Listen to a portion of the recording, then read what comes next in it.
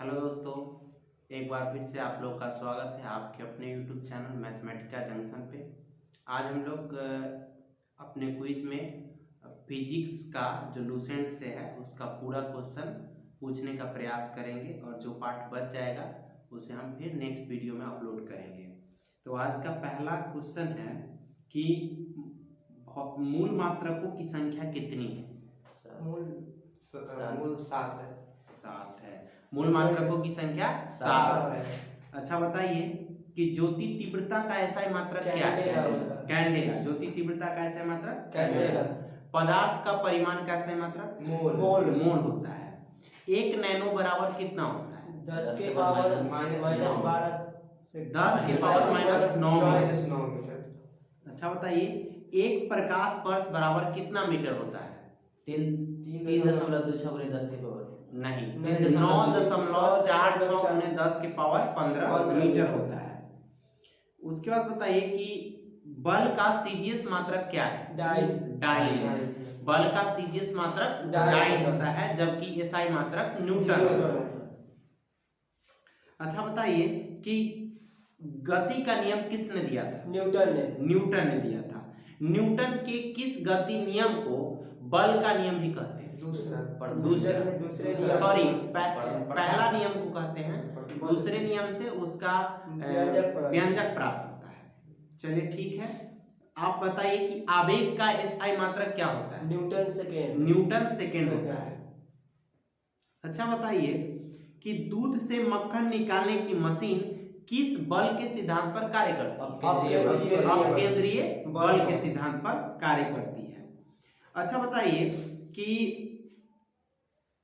एक ठहरी हुई मोटर गाड़ी या रेलगाड़ी के अचानक चल पड़ने पर उसमें बैठे यात्री का पीछे की ओर झुक जाना किस प्रकार के जड़त्व का उदाहरण है? नहीं, ये विराम जड़त्व का उदाहरण। ठीक है। अच्छा बताइए संवेग कैसी राशि है? सदिश राशि है। संवेग का एसआई मात्रक क्या होता है? केजी मीटर पर सेकंड। Very good. चलिए नेक्स्ट क्वेश्चन पूछते हैं। बल आघूर्ण का एसआई मात्रक क्या होता है? न्यूटन मीटर होता है। अच्छा बताइए जो उत्तोलक होता है उसमें जिस बिंदु के चारों ओर उत्तोलक का छड़ स्वतंत्रता पूर्वक घूम सकता है उस बिंदु को क्या कहते हैं? आलम्ब। ठीक है। अच्छा बताइए कि कैपिटल जी का मान कितना होता है? 6.67 10 के पावर -11 न्यूटन मीटर स्क्वायर पर केजी स्क्वायर। बिल्कुल सही है। 6.67 गुने 10 के पावर -11 न्यूटन मीटर स्क्वायर पर केजी स्क्वायर होता है। बताइए कि डायनामो किस ऊर्जा को किस ऊर्जा में बदलता है? विद्युत ऊर्जा में। Very good. आप बताइए सितार किस ऊर्जा को किस ऊर्जा में बदलता है? सितार यांत्रिक ऊर्जा को ध्वनि ऊर्जा में बदलता है सितार। नेक्स्ट क्वेश्चन है कि साइकिल का ब्रेक किस प्रकार का उत्तोलक है? प्रथम श्रेणी का उत्तोलक है। उसके बाद बताइए कि कार्य कैसी राशि है? कार्य कैसी राशि है? अदिश राशि है। बिल्कुल सही है। कार्य का एसआई मात्रक क्या होता है? जूल होता है। अच्छा बताइए कि नींबू निचोड़ने की मशीन किस प्रकार के उत्तोलक का उदाहरण है? द्वितीय श्रेणी का उत्तोलक का उदाहरण है। अच्छा बताइए एक अश्व शक्ति बराबर कितना वाट होता है? 746 वाट। 1 मेगावाट बराबर कितना वाट होता है? 10 के पावर 6 वाट होता है। अच्छा बताइए वाट सेकेंड किसका मात्रक है? जूल का। ऊर्जा किसका है? ऊर्जा का। अच्छा बताइए 1 किलोवाट घंटा बराबर कितना जूल होता है? 3600 जूल। 3.6 गुने 10 पावर 6 जूल। ठीक है। चलिए अब आगे चलते हैं। बताइए कि जो सूर्य का सबसे निकटतम ग्रह है उसे सूर्य का एक पूरा चक्कर लगाने में कितना दिन लगा? 88 दिन। वह कौन सा ग्रह है? बुध है। और सूर्य के सबसे दूरस्थ ग्रह को सूर्य का चक्कर लगाने में कितना दिन लगेगा? 165 वर्ष। वो कौन सा ग्रह है? वरुण है। चलिए अब आगे पृथ्वी की सतह से ऊपर या नीचे जाने पर जी के मान में क्या परिवर्तन होता है? जी के मान घट जाता है, घटता है। पृथ्वी के किस भाग पर जी का मान महत्तम होता है? विषुवत रेखा पर, ध्रुव पर। और विषुवत रेखा पर जी का मान न्यूनतम होता है। चलिए अगला, पृथ्वी की घूर्णन गति बढ़ने पर जी पर क्या प्रभाव पड़ेगा? घट जाता है। पृथ्वी की घूर्णन गति घटने पर जी पर क्या प्रभाव पड़ेगा? बढ़ जाएगा। अच्छा बताइए, जब लिफ्ट ऊपर की ओर जाती है तो लिफ्ट में स्थित पिंड का भार कैसा प्रतीत होता है? और जब नीचे की ओर आती है तो घटा हुआ प्रतीत होती है। और जब लिफ्ट एक समान वेग से ऊपर या नीचे जाएगी तो उसके भार में क्या परिवर्तन होगा? अपरिवर्तित महसूस होगा। चलिए, ग्रहों के गति से संबंधित नियम किसने दिया था? केपलर ने दिया था। केपलर ने दिया था। आप बताइए कि विद्युत बल्ब किस ऊर्जा को किस ऊर्जा में बदलता है? विद्युत ऊर्जा को प्रकाश ऊर्जा में बदलता है। पृष्ठ तनाव का एसआई मात्रक क्या होता है? न्यूटन पर मीटर। घुलनशील नमक मिलाने से पृष्ठ तनाव पर क्या प्रभाव पड़ेगा? घुलनशील नमक में पृष्ठ तनाव घट जाता है, बढ़ जाता है। कोई भी अशुद्धि अगर मिला देंगे तो उससे पृष्ठ तनाव बढ़ जाएगा, जबकि सर्फ वगैरह मिलाने से पृष्ठ तनाव घट जाता है। सर्फ मिलाएंगे तो पृष्ठ तनाव क्या हो जाएगा? घट जाएगा। चलिए नेक्स्ट क्वेश्चन है कि आपेक्षिक घनत्व बराबर क्या होता है?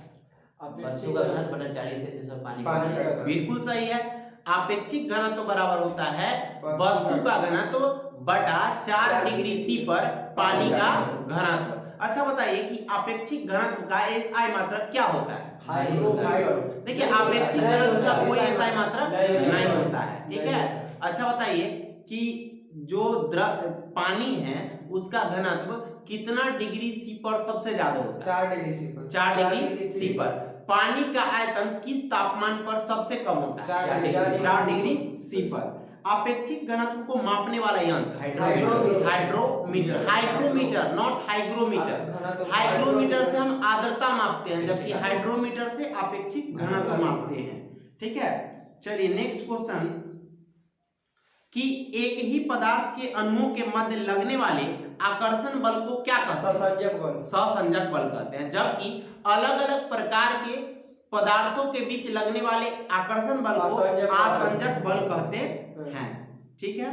अच्छा बताइए, एक पतली सुई जो है किस कारण से पानी पर तैराई जा सकती है? पृष्ठ तनाव के कारण।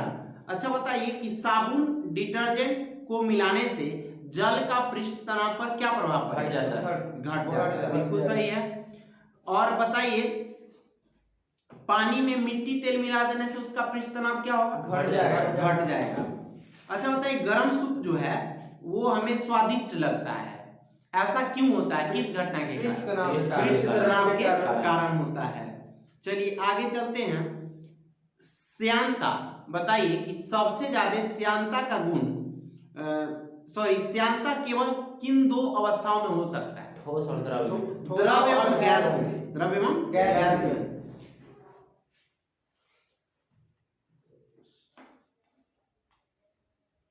लालटेन या लैंप की बत्ती में किस घटना के कारण तेल ऊपर चढ़ता है? बिल्कुल सही है, केशिकत्व। आप बताइएगा कि एक्स किरण का खोज किसने किया? रॉन्टजन ने किया था, विलियम रॉन्टजन।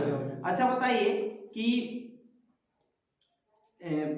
परावैंगनी किरण का खोज कौन किया? रीटर किया था। परावैंगनी किरण का खोज रीटर। अच्छा बताइए,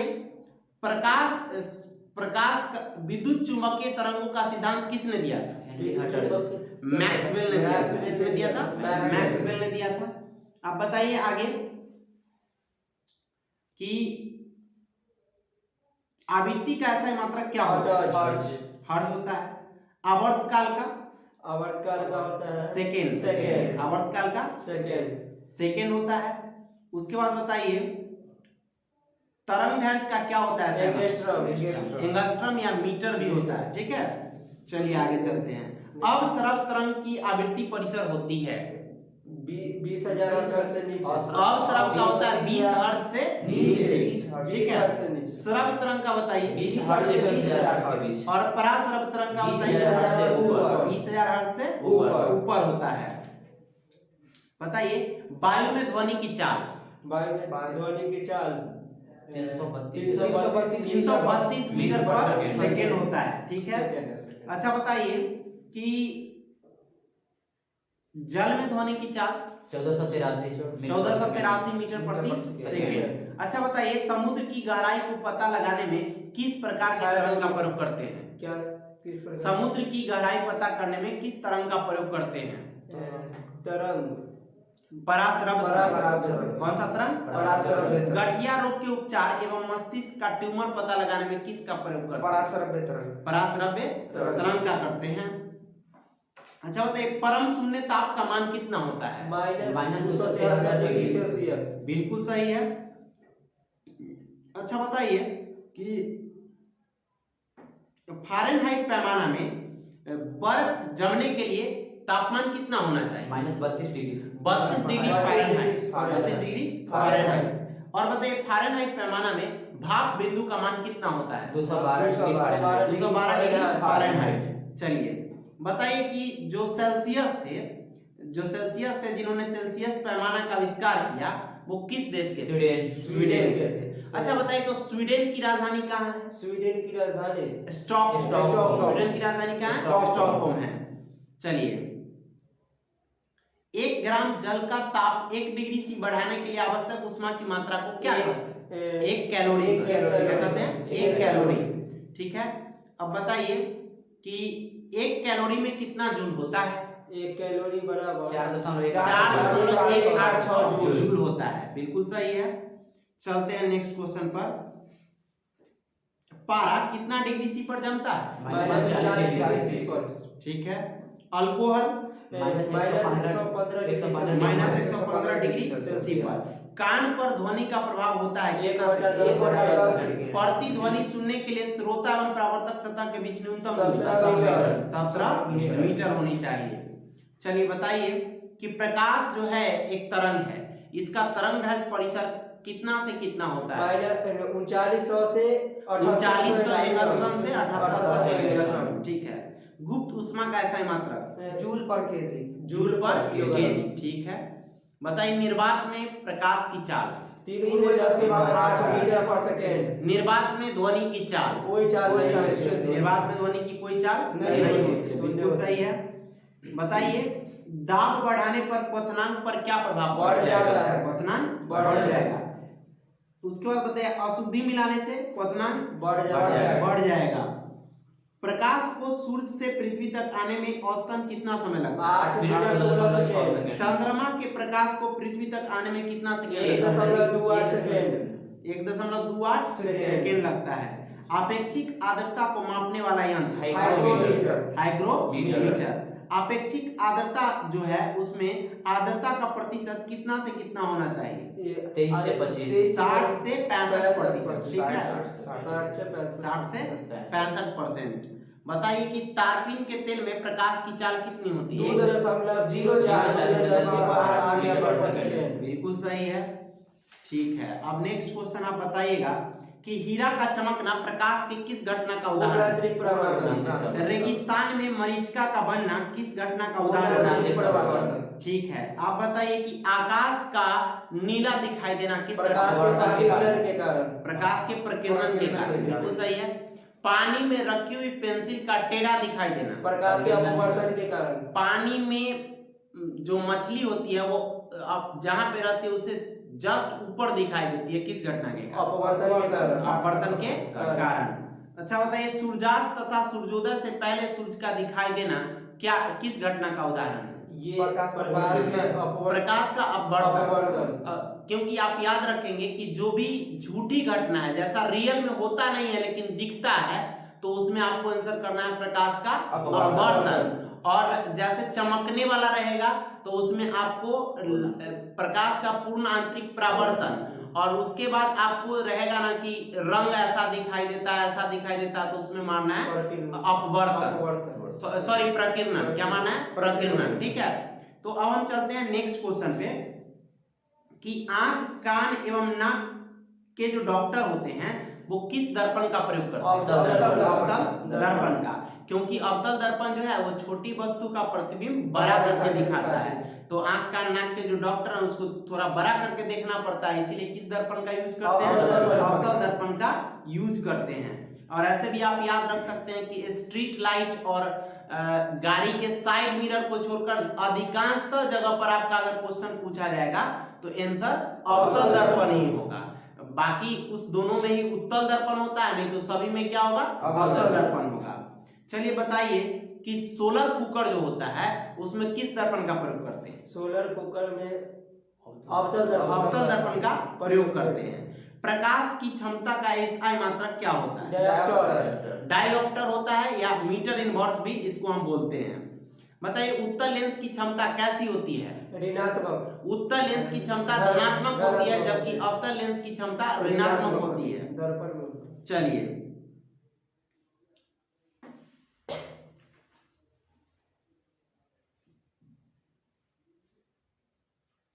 वोल्टीय सेल में एनोड के रूप में किसका प्रयोग करते हैं?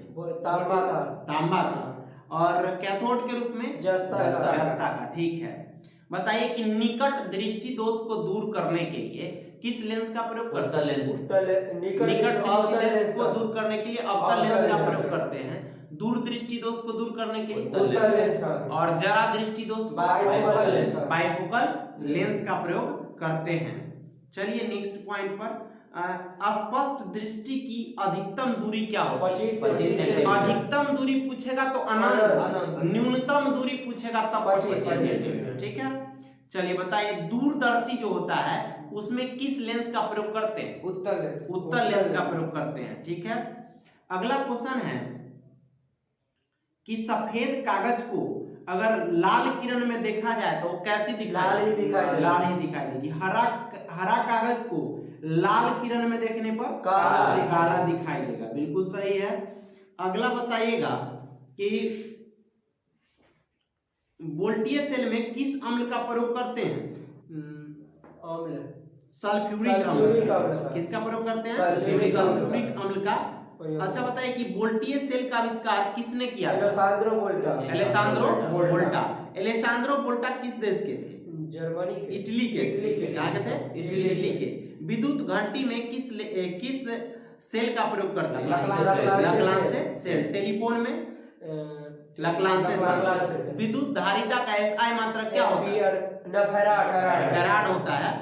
विभवांतर कैसी राशि है? अदिश राशि है।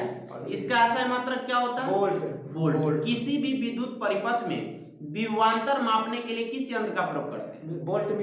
वोल्ट मीटर का। किसका? Volt meter. इसको बताइए कि विद्युत परिपथ में किस क्रम में जोड़ा जाता है? वोल्ट मीटर समानांतर क्रम में जोड़ा जाता है। अच्छा विद्युत धारा को मापने वाला यंत्र एमीटर होता है और एमीटर को श्रेणी क्रम में जोड़ते हैं। अच्छा बताइए विद्युत धारा का एसआई मात्रक क्या होता है? एम्पियर होता है। विद्युत आवेश का एसआई मात्रक? विद्युत शक्ति का एसआई मात्रक? वाट होता है। ठीक है। चलिए आगे बढ़ते हैं। अच्छा बताइए कि ओम के नियम के अनुसार भी समानुपाती होता है। आई होता है, सीधे आई। अच्छा बताइए कि प्रतिरोध का एसआई मात्रक क्या होता है? ओम होता है। प्रतिरोध का एसआई मात्रक ओम होता है। अच्छा बताइए विद्युत फ्यूज जो होता है उसका गलनांक कैसा होता है? उसका विद्युत फ्यूज का निम्न होता है। गलनांक निम्न होता है और इसका प्रतिरोध उच्च होता है। ठीक है। अच्छा बताइए विद्युत फ्यूज को बनाने के लिए किन दो धातुओं को मिलाया जाता है? टीन एवं सीसा। और इसके मिश्रण को हम सोल्डर भी कहते हैं। क्या कहते हैं? एसएन और पीबी के मिश्रण को क्या कहते हैं? सोल्डर कहते हैं। और इसी का यूज होता है विद्युत फ्यूज के निर्माण में। बिल्कुल सही है। अगला बताइए कि चुंबक के दो ध्रुवों को मिलाने वाली रेखा को क्या कहते हैं? चुंबकीय अक्ष। क्या कहते हैं? चुंबकीय अक्ष। प्रोटॉन का खोज कौन किया? गोल्डस्टीन। न्यूट्रॉन का? चैडविक। पॉजिट्रॉन का? एंडरसन। अच्छा बताइए न्यूट्रिनो का? पाउली। फोटोन का? Albert Einstein. ऐसे याद रखेंगे। फोटो कहाँ दिखेंगे? आईना में, तो फोटोन का आइंस्टीन होगा। ठीक है।